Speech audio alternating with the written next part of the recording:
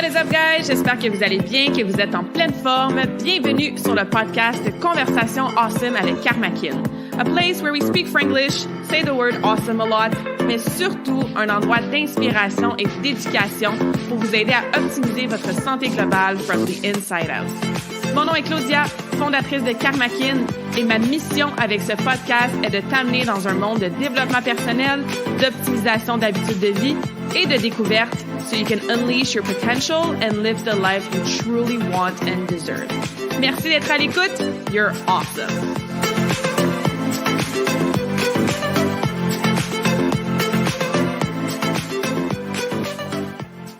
What is up, awesome humans? Bienvenue dans la nouvelle conversation awesome de la semaine. Welcome to the show if this is your first time. Today the conversation will happen in English because I'm sitting down with my dear, dear soul brother, good friend, Bharat, who has been on the podcast before with Ken. So in the first couple months of the podcast launch, we had a great conversation about PMS, menopause, all things health related. But now he's back today to chat about trauma and addictions. So you'll see and you'll hear that he shares his wisdom, his knowledge, his expertise, his soul with us to help us on our healing journeys. I've known Bharat for a little over 4 years now, and he's such a huge pillar in my own healing journey, working with him with different medicines and different retreats, having so many laughs shared, so many stories, being there for one another, even if we don't see each other a lot. And I just feel so blessed and so grateful to have him in my life and to have had so many life-changing, transformative experiences thanks to him. So again, just so grateful to have him on the podcast yet again for a very powerful conversation. So make sure that you guys take some notes, have an open mind, make sure that you're not going to be disturbed while you listen to this so you can do your own introspection, so you can maybe get some downloads, some aha moments, and again, just receiving what Bharat shares with us today so that you can be guided and supported on your healing journey because we're not alone. We're not alone on that journey. So yeah, without further ado, let's dive into today's episode. And as always, if you have any questions, any feedback, obviously, if you want to reach out to Bharat, if you want to work with him in different capacities, with different modalities, if you want to just check out his content on Instagram, all of that is in the show notes, so you can follow him there. And yeah, don't be afraid to take a screenshot, share in your stories, tag us, share that with a friend. And like I said, just be present with this conversation. It's definitely a powerful one. All right, let's dive in. All right, so I'm sitting here virtually with my good friend, soul brother, somebody who I love very much. Bharat, welcome to the podcast. Thank you for having me. I'm excited to do this. I know. Again, exactly. So you were on the podcast with Ken a couple months after I launched it. So it was back in 2021. It was episode number 16. We talked about like the truth behind like periods and menopause, hormones and all that. And it was a great conversation and it's still very relevant. So ladies, if you're listening, go back to episode 16 after. But today we're talking about something completely different. We both evolved a lot in terms of who we are, but also how we help our clients since that episode almost 2 years ago, actually more than 2 years ago. You dove right into your shamanic practices, adding some modalities with, again, how you help your clients and stuff and your friends. So I'd love to start with, how would you describe what you do now and how you help people? Yeah, so I like to call myself a trauma-informed medicine guide. Mm-hmm. Obviously, a big reason for that being I serve different medicines, psychedelic and non-psychedelic medicines. Besides doing energy healing and running retreats, trauma-informed because in the last 2 years, I started delving into trauma and really trying to understand what trauma is. I was introduced to the details of it by Atira Tan, who is just phenomenal. I actually I enrolled for a workshop that she was running. It was a trauma-informed plant medicine integration workshop. That is perfect.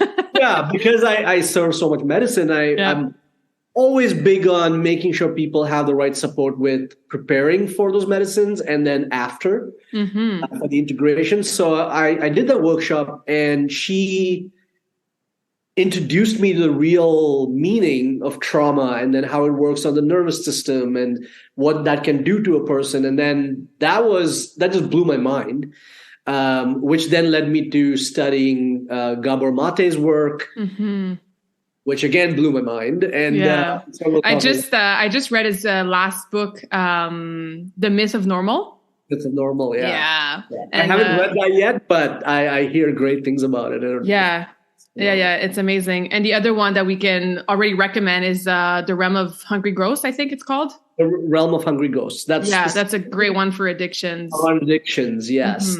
The first Gabor Mate book that I read was actually When the Body Says No. Yeah, I remember that book. Yeah, that was incredible. Wow. And I think anyone should read it, but especially if you're in that health, fitness, holistic health world, I think it's a must to read that. So, I think I'm gonna add it to my list and read it again. I forgot about that book. Thank you. Yeah. Anyway, keep going. That's how I like to call myself, and that's the what I do now. Yeah, I love it.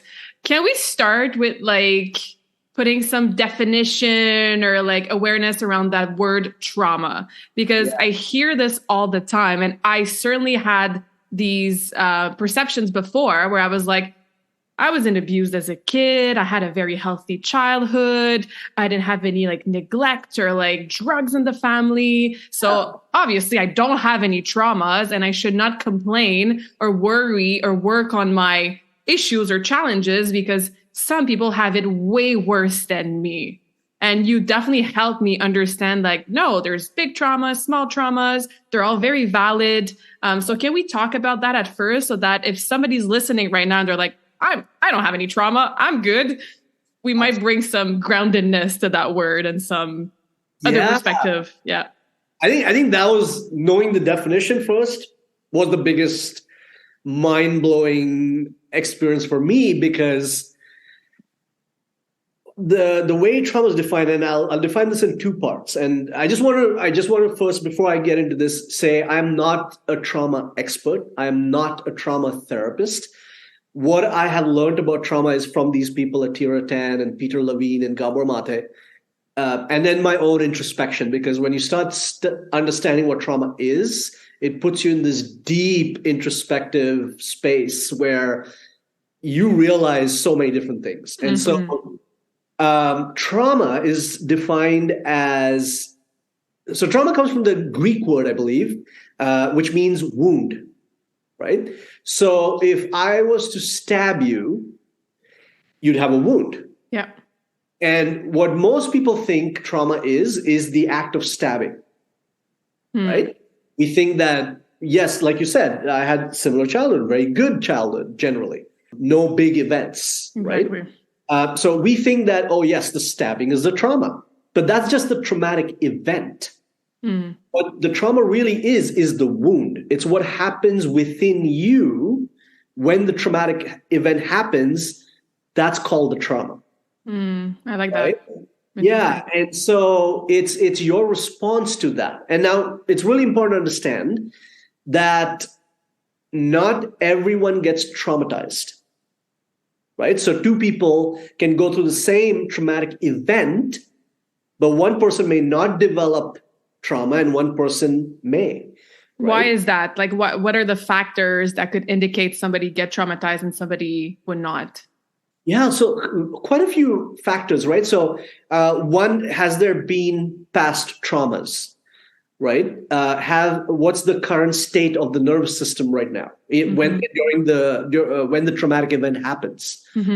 Your nutrition plays a big role. Your current lifestyle or your socioeconomic condition. Obviously, your household, your gut bacteria plays a big role, actually. Gut bacteria, chronic inflammation, which leads to the neuroinflammation. In fact, the more chronic inflammation and neuroinflammation you have, the higher your risk of developing trauma. And also, the higher your risk that therapy will not work for you. That's the other interesting, difficult part of that. So that's one aspect of trauma, or one definition of trauma. The other aspect of trauma is when something that should have happened, or something that you should have received and you did not. Mm-hmm.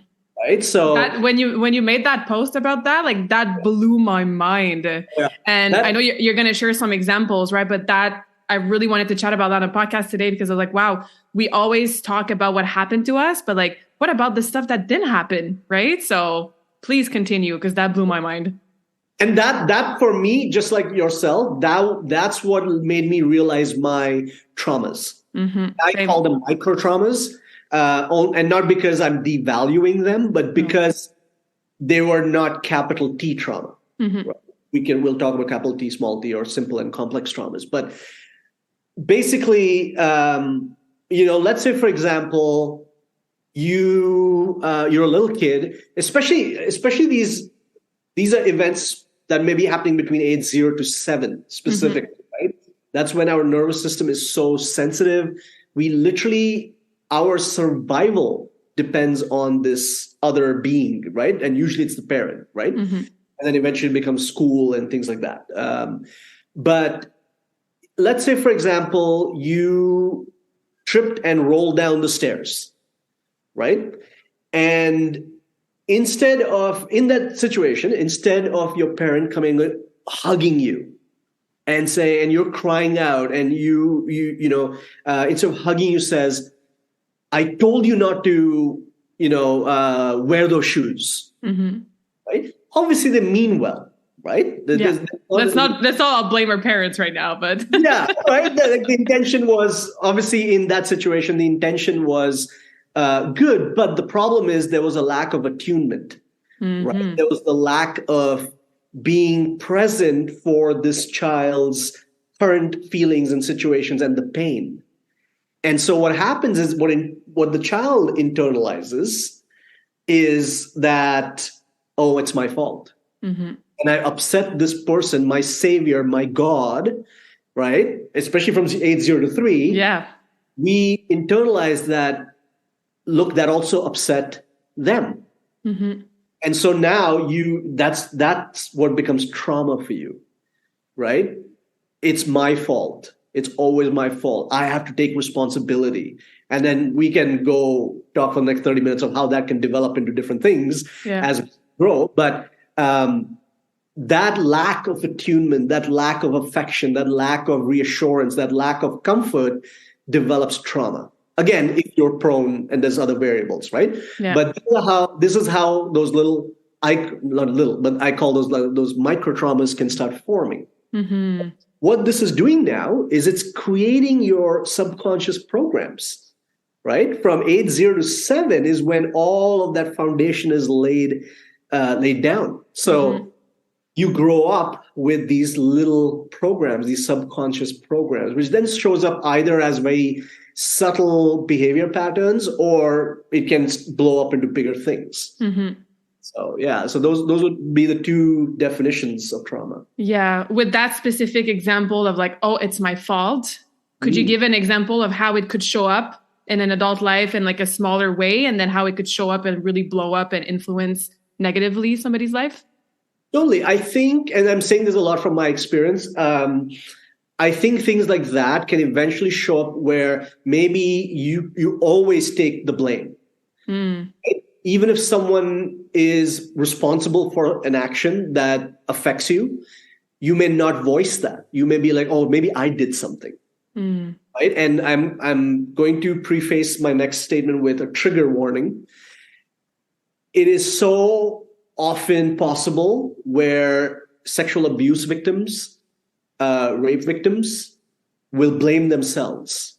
Oh, I should not have gotten drunk.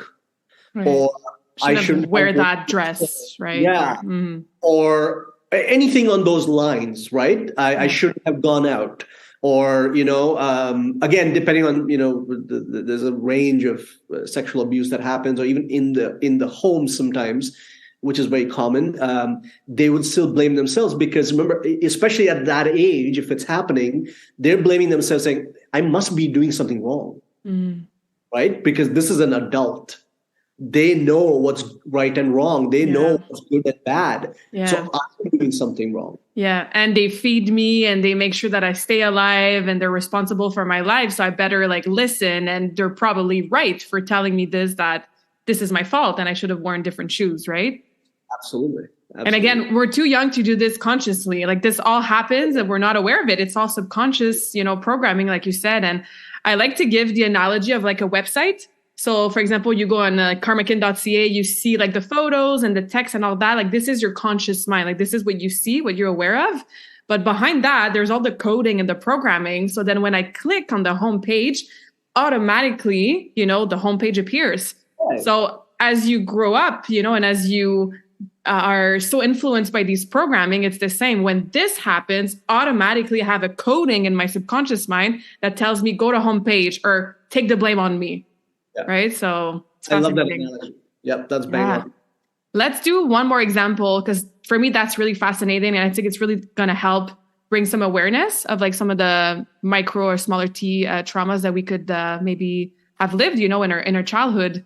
So for example, somebody who didn't receive love in the way that maybe they thought would be like that safe space to be themselves. Or like if there's another example that comes to mind, and I can give an example for me, I never felt like I could be my full spectrum self of emotions, right? So for example, on the ice as a figure skater, whenever I would miss a jump and I would not be quote unquote perfect, I would get very angry at myself.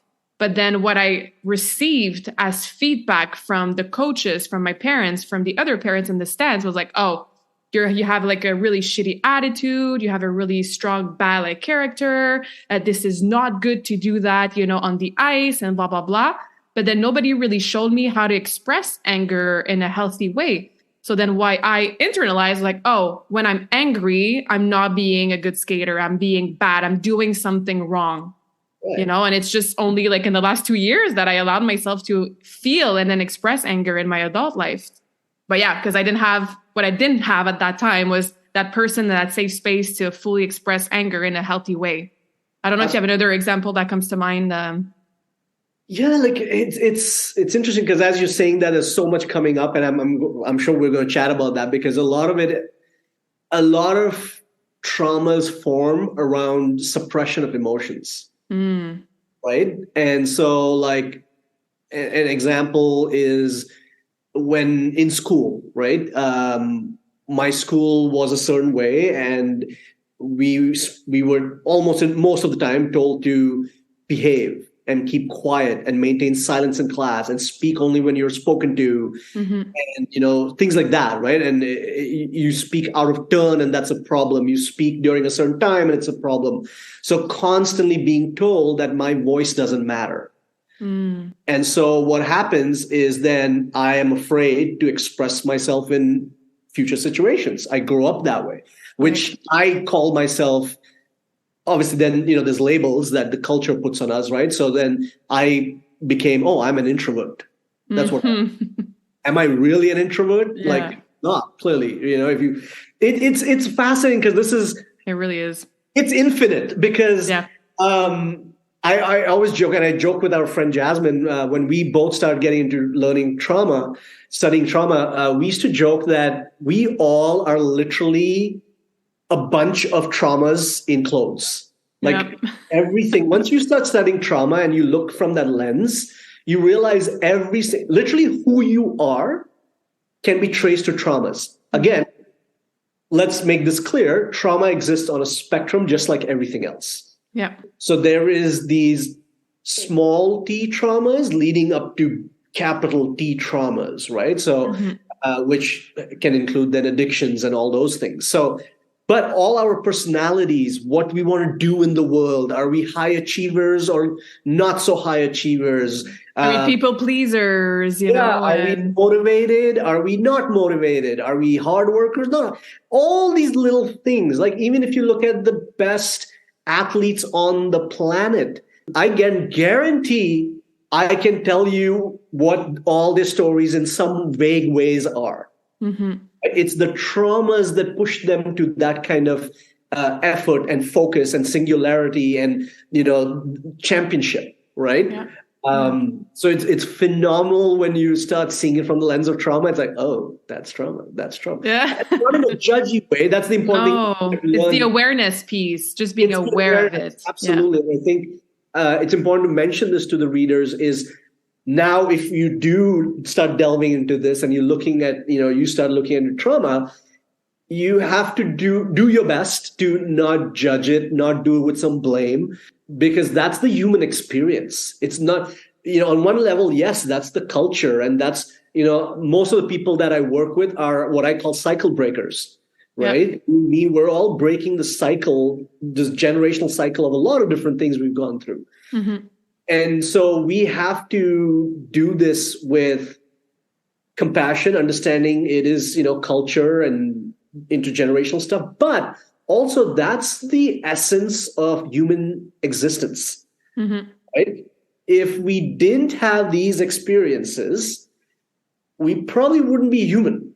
Yep. We'd probably be something else. Probably we wouldn't even incarnate if we didn't have all this to work through, right? So I think that's an important thing to mention to the audience. Yeah, it's a good reminder as well to for me anyway, I always like to remind myself, like, I am literally nothing spinning on like a tiny, tiny, like ball of, I don't know what, in the middle of infinity. Like, I can just do my best, and that brings a bit of reassurance. So we mentioned awareness, right? Being like kind of the first step in like the healing journey. How do we heal then? How can we move forward in life with the awareness and with the traumas? How can we break the cycles? Like, what are some of the first steps and then some modalities that you use for yourself and with your clients? Just before we go into that, I just want to make a distinction between simple trauma and complex trauma. Yes. Simple trauma is when there's one event that happened that creates some trauma, right? It's a one-time occurrence. Right? So, for example, a significant breakup, right? Depending on how your nervous system is and the situation, the support you have, and you could develop a certain trauma from it, right? And it's interesting, again, just kind of referencing to how there's so many factors that can decide if you get traumatized or not. There's people who, let's say, I know someone who recently went through a breakup, and because of some of the work she's been doing on herself, she's obviously feeling grief, but she's navigating it or has been navigating it through a lot of different ways, right? Yeah. Still feeling the grief and still hurt from the experience, but doing it that way. And then I know someone who recently just filled out her intake form for a combo treatment. And in the form, she mentioned how her fiance of 10 years, I believe, and they were going to, of 10 years, cheated on her. They were going to get married 3 months after. Now he's getting married to someone else, and now she's on an antipsychotic medication. She's on an antidepressant and anti-anxiety meds, and in really bad shape. Yeah. Right. And so obviously there's a distinct difference in this person's background and history and nervous system regulation and this person's. Absolutely. Right. And so that's such a big difference. So again, going back to simple trauma, that's like that one event, right? Complex trauma, and this is where PTSD, CPTSD comes into, is where you experience the traumatic event repeatedly. Right. So that could be, let's say, months and years of domestic abuse. Right. It could be certain violations. So situations like that, that's constantly happening. Right. How many I have been working with a lot of, let's say, 911 dispatchers, EMS workers, military, paramilitary, and they were constantly put in those stressful situations. Right. So that's no wonder they have PTSD, right? And rates of suicide and things are super high in that population. So that's complex trauma. And so I think that's an important distinction to understand as well, because then that can possibly, decide where on this spectrum of trauma you're going to fall. Right. And does it change how you're going to approach the healing process, or are the first couple steps the same? I guess it's customized as well, right, on the person, but Yeah, I would see, I think there would be certain differences. Obviously, everyone's, individual, Mm-hmm. obviously cultural, socioeconomic Yeah. circumstances play a big role, right? Like we know how, the history of indigenous people, Mm-hmm. black populations. I hope that's the appropriate word to say. But we know culturally there's lots of things there. There's lots of socioeconomic conditions that's driving certain populations to, substance abuse and suicide and all those things. Mm-hmm. So definitely that's a big thing. And people like you and I are privileged that we have Yeah. access to certain things. So if I had to put, a couple of steps, I would say, I think the first thing, of course, awareness. And I think part of awareness is trying to create space in our lifestyles. Amen. Yeah, I did a post about that this week, and I often get the question like, okay, Claudia, if you had one advice, only one advice, like what's the best habit to get started on your health journey? And that's what I said, I was like, slow the F down. Like, yeah, give yourself some space, So I love that you're mentioning that. That would be the first one because, the more I'm getting referrals from people and meeting new people as they want to, delve into psychedelics or, healing work and whatever, I'm seeing a lot of them have no space in their day-to-day lives for any kind of introspection, any kind of observation. Yeah. They're so like caught in that cycle. And so the first step would be, where can you just create a little bit of space, right? Mm-hmm. And that space can be as small as 15 minutes in the morning and 15 minutes at night. Or it could be whatever you can do. Maybe it's like, yep, I can go for an hour walk in the afternoon. I have 30 minutes in the morning and 30 minutes at night and whatever that means, right? But I think having that space is number one. Yeah. Because as you slow down, you're giving your nervous system that little bit of a break, right? Because when you go through these events, right? And again, we could say most of our current lifestyle and culture is full of traumatic events, right? Yep. And so it's how can you give your nervous system a break, right, from processing this constantly, right? Because otherwise you're always going to be in those four states of, which a trauma response is, fight, flight, freeze, or fawn, right? And so number one would be, can we make some space first, right? Number two would be, can we start creating some safety? Or maybe that's number three. Number two would probably be, that awareness. Because now when you're slowing down, you're probably going to start being aware of where, you're in those fight or flight states, or where are you fawning so much? Where are you in freeze states maybe, right? And what are the symptoms of that, right? We both did a lot of nutrition work with people, and how often do we see physical symptoms of trauma? Absolutely. Right? Not being able to process new information, not being able to make decisions, diarrhea, all sorts of health issues, autoimmune conditions, right? And maybe we even chat about that later. But you start becoming aware of like, oh, okay, because the I forget what the phrase is. The term is actually it's psychoneuroimmunology. Oh, I forget, but basically what that term means is all of this affects everything about you, right? From your nervous system to your immune system to your organs to your muscles to your joints. It's affecting everything. This is not a mental thing, right? The mental health challenges is just one symptom, is one aspect of it, right? And then, of course, the spiritual and the emotional and the energetic bodies all are getting messed up. Yeah. So once you start creating that space, you start having the opportunity of becoming aware of how these things are affecting you, right? Or what is even present. Maybe you haven't even made the connection yet that, oh, this is trauma related. Maybe right now you're just becoming aware of, wow, like, I don't sleep well. I realize, wow, I don't actually poop every day. So as you slow down, you start becoming aware of these things. And then from there, I think step three would be, where can we find safety? Clearly, these symptoms are showing you your body's not safe. Your mind's not safe, right? Emotionally, you're not safe. And so safety could look like, perhaps working with a nutritionist or a functional medicine doctor, perhaps, looking into, I don't know, more, let's say, a meditation class, or even just within your community, maybe looking at who do I feel safe with? Who do I feel like when I'm with them, I feel I'm my most relaxed self, right? I don't have to hide. I don't have to wear masks, right? It's interesting because I was listening to this podcast by a ex-CIA spy, and he was talking about how we have three lives. We have public lives, private lives, and secret lives, right? Public life is what we portray to everybody.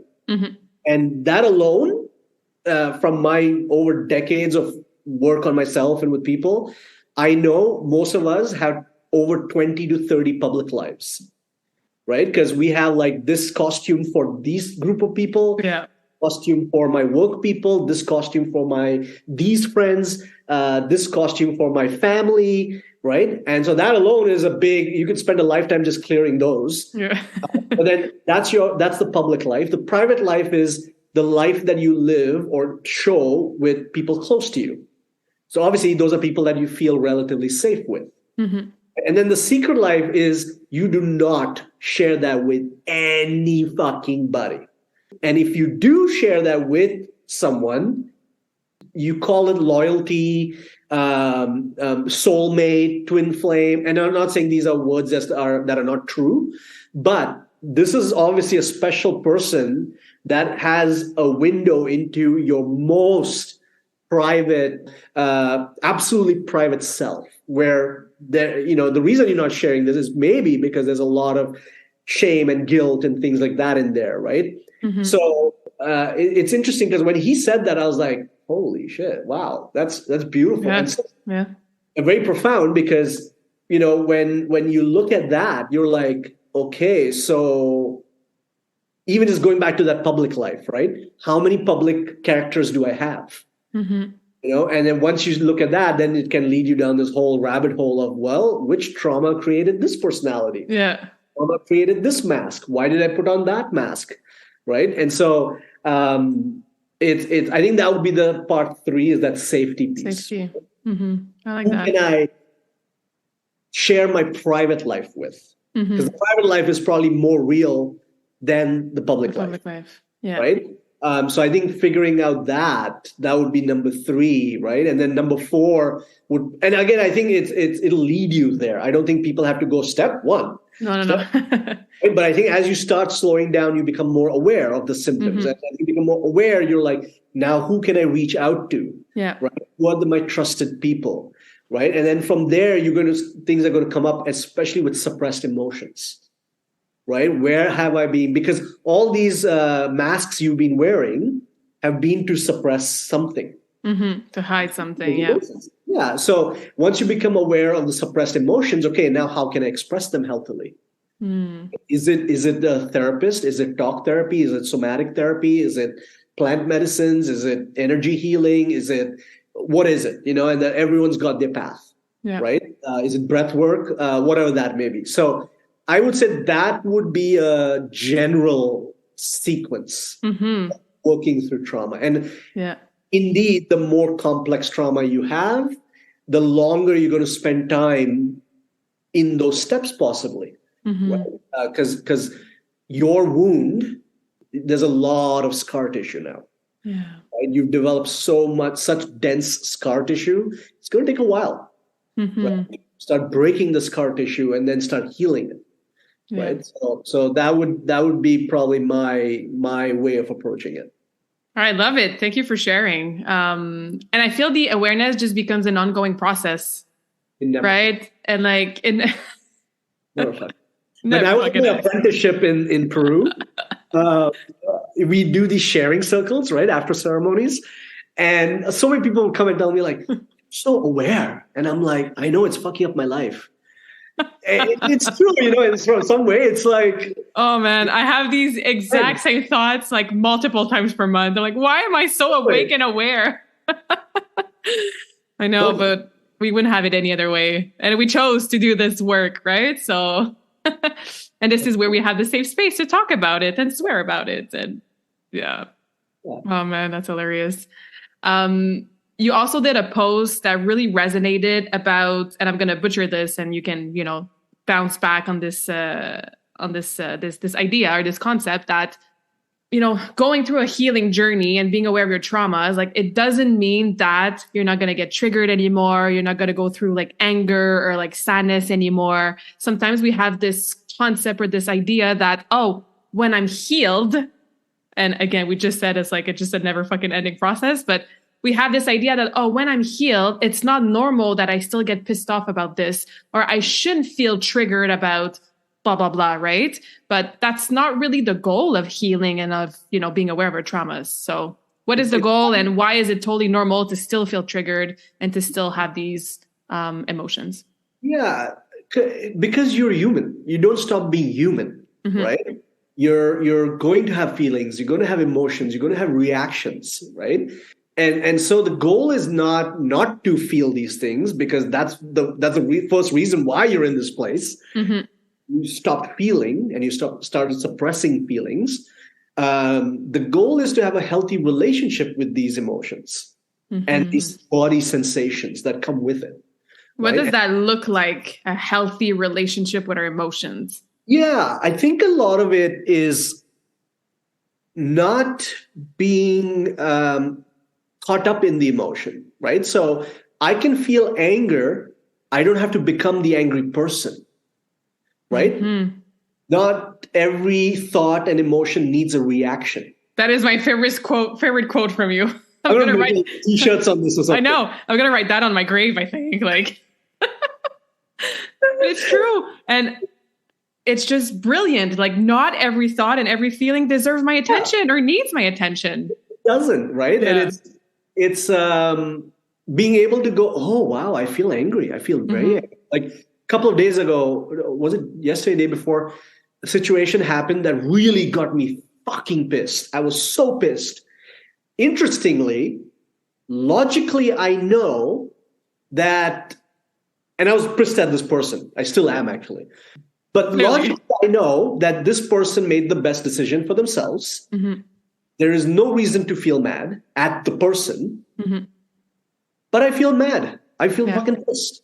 And your feelings are valid, and you have the right to feel mad.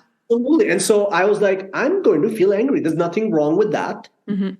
And this is where sometimes in the spiritual community, you can go, you could get like, well, this is not true, and you should be like this. Or why are you getting light and love and toxic positivity, and everything's always fine. Right? So I had to go, okay, I know, but I'm feeling this so strongly, and I'm going to feel it. I'm going to fucking be angry.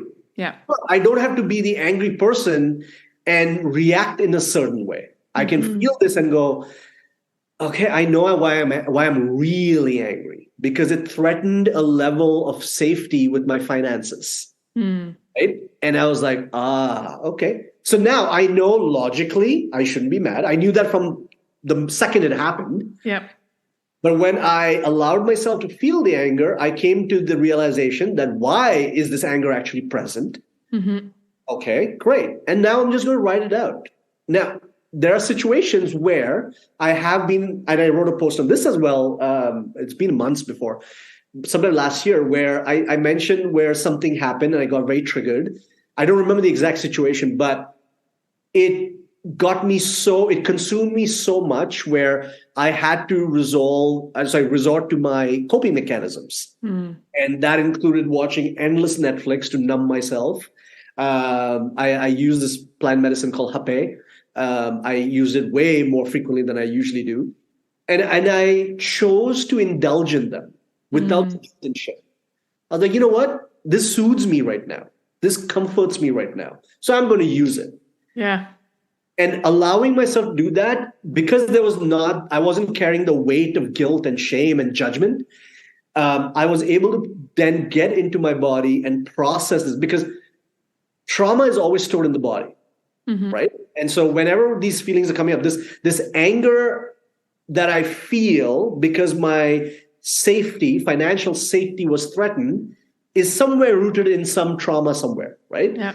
And so when necessary, I can then go, okay, when my nervous system is regulated, because I allowed myself to do all these things, I can then tap into my body and listen to the messages. And I can go, okay, that's the message. I understand where this is coming from now.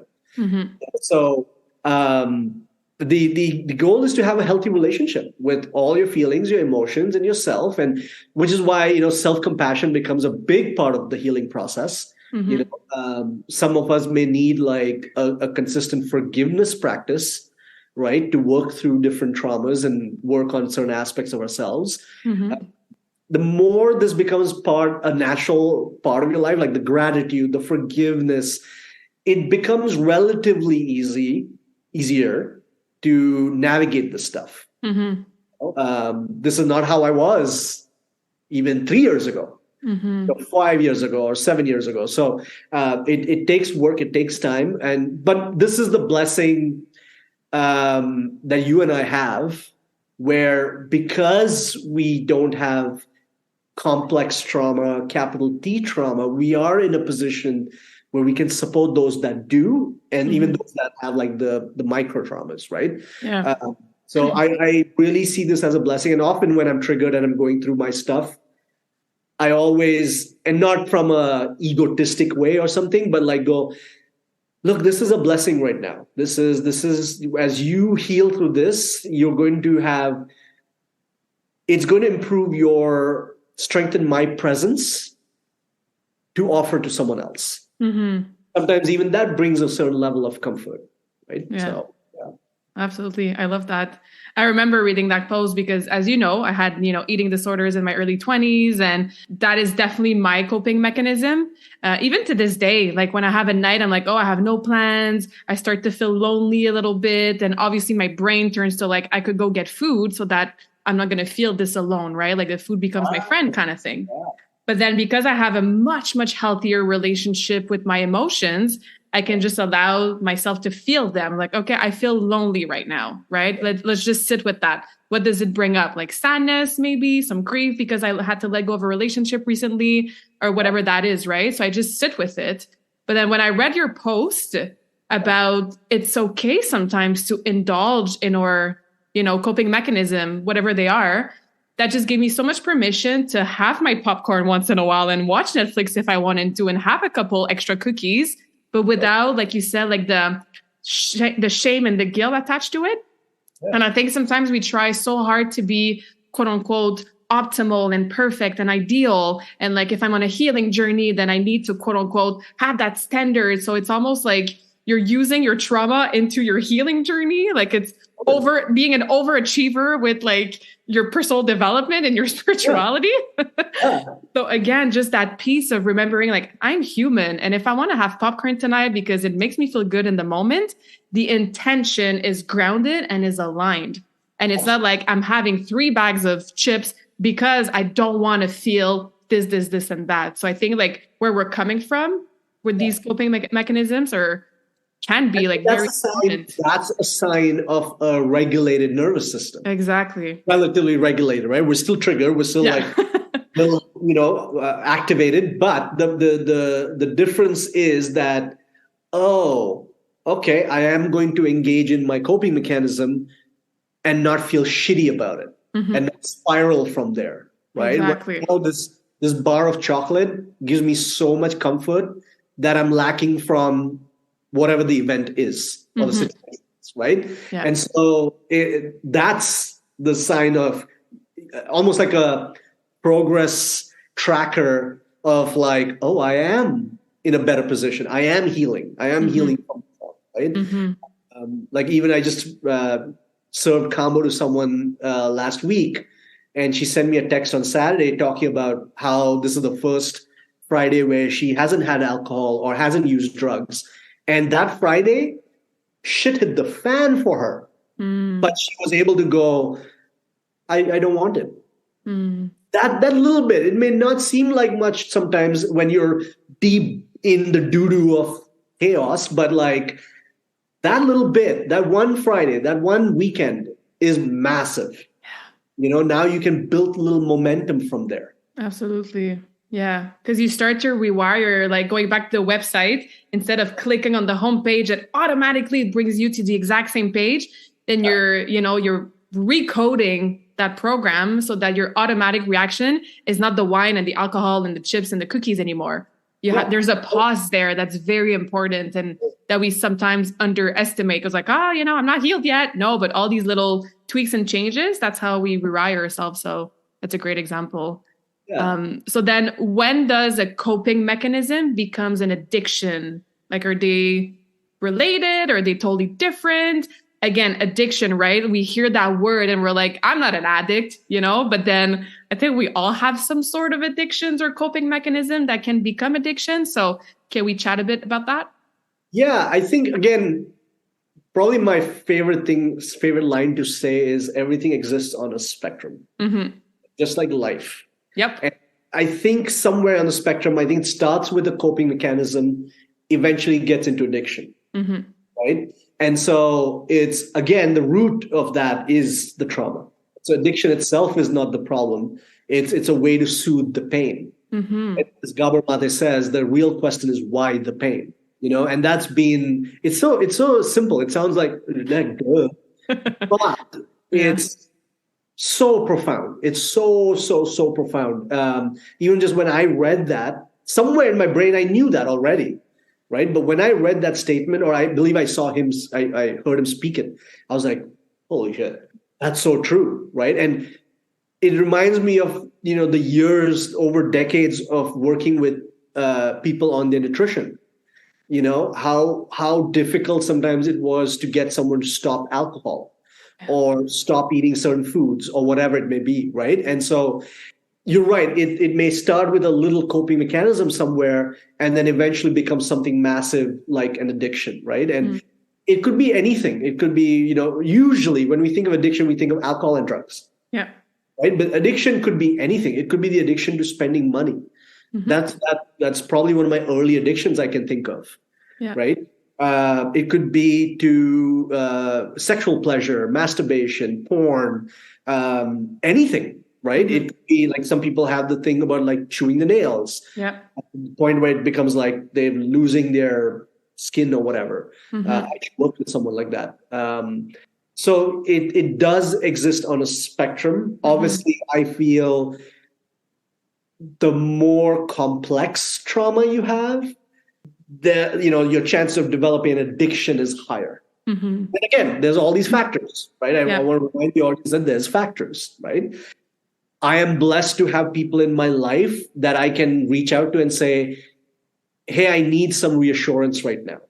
Or I need you to give me some words of affirmation, or I need to just spend some time with you, or something where I can still go and do that. And I still have my shit. I still have my addiction, my little things going on, but I have that possibility. I have certain financial abilities. I have certain, I am privileged to be able to do that. And I mention this because, there are people that don't. Yeah. And working through trauma in that situation, I can't even imagine. Right. And which is why, and maybe I'm getting a little political here, but when I see people just saying, oh, the government is allowing these addicts to do this and addicts to do that, I'm like, yes, but do you understand addiction? You probably don't, which is why you're even making that comment. Because addicts are not going to hospitals and taking over your fucking beds because they're craving drugs. They can get the drugs any fucking where. They don't need to go to the hospital, and I wish, again, right? Like it's like so many things that I wish people would learn, right? And this is why we all have incarnated here, because everyone's got their own curriculum and not everyone needs to learn addiction. Not everyone needs to learn trauma. But I think that understanding of this person is in pain. Why are they in pain? What's going on? Understanding the history. It's interesting because when I first got introduced to trauma and I started learning that, it made me realize just little things, right? Like, let's say the homeless people that come and ask for change at the intersections. It's so common for us to not even look at them. And we're not always doing it because we're fucking judgy or anything, but there's a discomfort at making eye contact with this being. Yeah. Right. And then there's the stories of, oh, don't give it to them. They're just going to buy drugs. And it's interesting, even before I studied trauma, I used to, most of the time, I would still give them some money, right? Because for me, from a spiritual perspective was, look, if I can give money and it feels right to me, I'm going to give it. That's my karma. What they do with that is their karma. I'm not responsible for that, and I don't need to control that. Right. So I always used to do that anyway. But then when I understood trauma, it's almost like there are times when I look at someone and I'm like almost in tears just because I now understand and I can imagine what they probably went through, what their childhood was like. And sometimes these homeless people, the more you look into this, they probably had even great childhoods. And then a certain event or events started happening that just put them into that complex trauma, right? We never know what somebody's going through, and again, like the judgment, where we judge on other people, like just take a mirror and look back what you're projecting. And again, like with self-compassion, obviously, but yeah, addiction is a big piece for sure. And, even like social media, right? And like work, right? And like Netflix and YouTube videos and just that distraction from feeling that pain. Yeah. It's very present.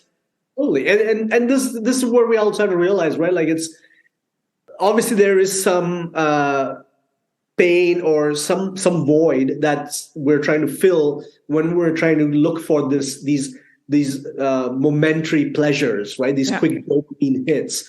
Obviously, from one aspect, social media is literally designed to constantly activate your dopamine receptors. So that's another angle, right? Like that's not necessarily, we don't all have to sit and go, oh my God, why am I on social media so much? What is my pain? What is my void? And maybe there is.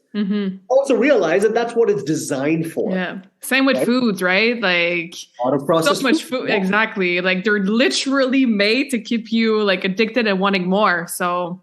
And that's why, have that discernment of when do you need to delve within and look for what the void is and the need is that you're trying to fill. And when is it like, okay, I understand what this device does. Yeah. What do I need to do to try and break that dopamine circuit?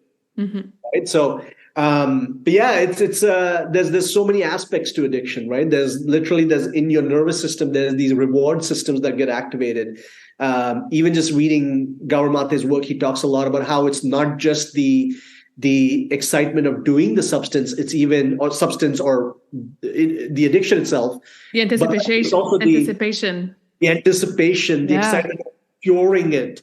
He talks about his addiction of buying music CDs. That reminded me of when I was younger. I was like, oh my God, I used to go to the music store like 4 times a week looking for cassettes for my Walkman back then.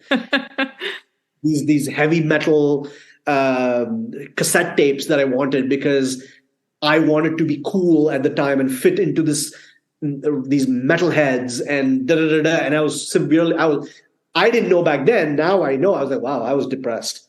But it was like, oh my God, yeah, I remember sitting in my hostel, like going, oh my God, tomorrow I'm going to catch this is when I was in India for a while. I was doing engineering, and it was like, I'm going to catch the rickshaw and then go to the train station. In the train station, I'm going to go there, then I'm going to walk across. Visualizing that, I could feel the dopamine.